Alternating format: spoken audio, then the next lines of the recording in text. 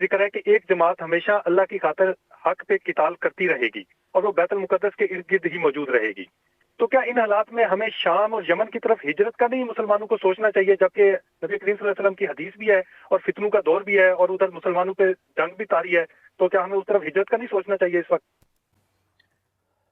ہمارا ایمان یمنی ہے اور حکمہ بھی یمنی ہے. یمن کی اتنی بڑی ویلیو ہے نبی اسلام کی حدیث میں.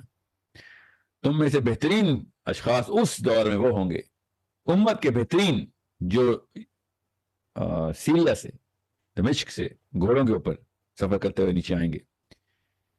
تو عیسیٰ ابن مریم علیہ السلام نے بھی دمشق کی مسجد میں انٹر ہونا ہے. تو یمن اور شام شروع سے.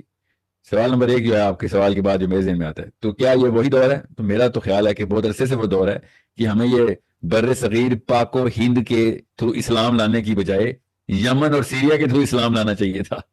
نبی صلی اللہ علیہ وسلم نے بتا دیا تھا، مگر نہیں، ہم ان کے فتاوا کو بھی زمین پہ پھینکتے ہیں کہ نہیں، ہمارے لوکل جو بندی بریلوی اہل حدیث شیعہ لوکل علماء نے یہاں پہ جو فتوا دیا ہے وہ یمن کے فتوے سے اوپر ہے. تو یہ تو مسئلہ ہے ہمارے اینڈ پہ، ماننا تو پڑے گا. ہم نے کہا آپ بتائیں کوئی سے 10 مسلمان پاکستانی، کوئی سے 10 پورے 25 کروڑ میں سے کوئی سے آپ کو 10 مل جائیں جن کو 10 عرب علماء کا اس وقت کا نام پتا ہو، جو کون سے جو آپ کے اور ہمارے پاکستان کے لیول کے اوپر ہم جس طریقے سے زندہ رہتے ہیں اور ان کے مدد اور رجوع کرتے ہیں کسی بھی کام کے معاملے میں. ہمیں تو پتہ ہی نہیں. ہمیں تو یہی نہیں پتا کہ اس وقت کا نمبر 1 بڑا مسئلہ علماء کی سرزنش ہے. علماء کی، پاکستانی کے علماء چپ ہیں. اور علماء کون ہیں؟ وہ دنیا کے ٹاپ علماء جو عرب کے علماء اس وقت. سلمان العودہ کدھر ہیں؟ پوچھیں. عبدالعزیز طریفی کدھر ہیں؟ جیت ترین علماء، ینگ اولڈ. نظامی صاحب کدھر ہیں یمن میں اس وقت؟ کہاں ہیں؟ well we have a problem. we have a very big problem. کیوں؟ ہم اس دنیا میں رہتے ہی نہیں ہیں. ہمیں تو نہ ادھر کی مسائل پتہ ہے، نہ اس کے فائدے نہ نقصان. پاکستان میں تو میں سچ بتاؤں کچھ عرصے بعد سلمان العودہ کا نام لینا بین ہو جائے گا. ٹی وی چینل پہ وہ بیپ آ کے رہی ہو. یہ یمن اور سیریا بہت پہلے ہمیں ذہنی طور پہ ان کے دین پہ آنا چاہیے تھا. انہوں نے نبی اسلام کے دین کو پکڑا ہوا ہے. ہم نے کوئی نیا ہی جو ایک اپنی مرضی کی عقیدتوں پسند ایک نیا، اقبال بھی کہتا ہے نا کہ خدا کا واسطہ بند کر دو یہ کام اور مکہ سے جا کے اسلام سیکھو. یہ نیا کیوں اسلام لیا؟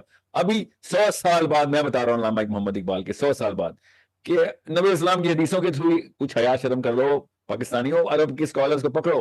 علماء کہتے ہیں تو ساحل میاں آپ کو علماء کی عزت نہیں ہے. وہ پاکستانی مسجد جانے والوں، تمہیں عرب علماء کی عزت نہیں کرتے ہو. تمہیں پتہ نہیں ہے کہ اصل میں اسلام ان لوگوں نے کس طریقے سے اپنے ہاتھوں میں پکڑ کے پرزرو کر کے رکھ کے ہمیں دیا ہوا ہے. احسان مانو ان کا اور اس طرح رخ کرو جو یمن کے علماء جس طریقے سے اسلام کو دیکھتے ہیں ہمیں بھی دیکھنا چاہیے. the true definitions. چلیں یمن کی طرف اپنے ذہنوں کو پہلے ہجرت کریں اور اس کے بعد اپنے تمام تر معاملات کو ادھر سے ہی ٹیون کریں. بالکل ٹھیک کہا بھائی نے، بالکل ٹھیک کہا. I agree. Read what Yemen has to offer right now. The kind of people it has to offer. The kind of books it has to offer. Read. ٹھیک ہے.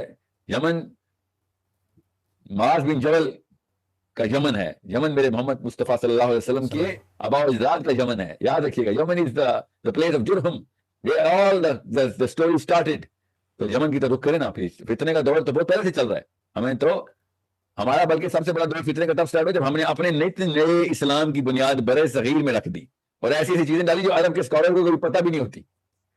ٹھیک ہے. سو بہت ضروری ہے. یہ لبرلز کو چھوڑیں اس وقت. وہ تو دنیا میں ہو رہا. میں اس وقت دینی گھرانوں کی بات کر رہا ہوں. صحیح پکڑا بھائی نے. سیریا اور یمن بالکل.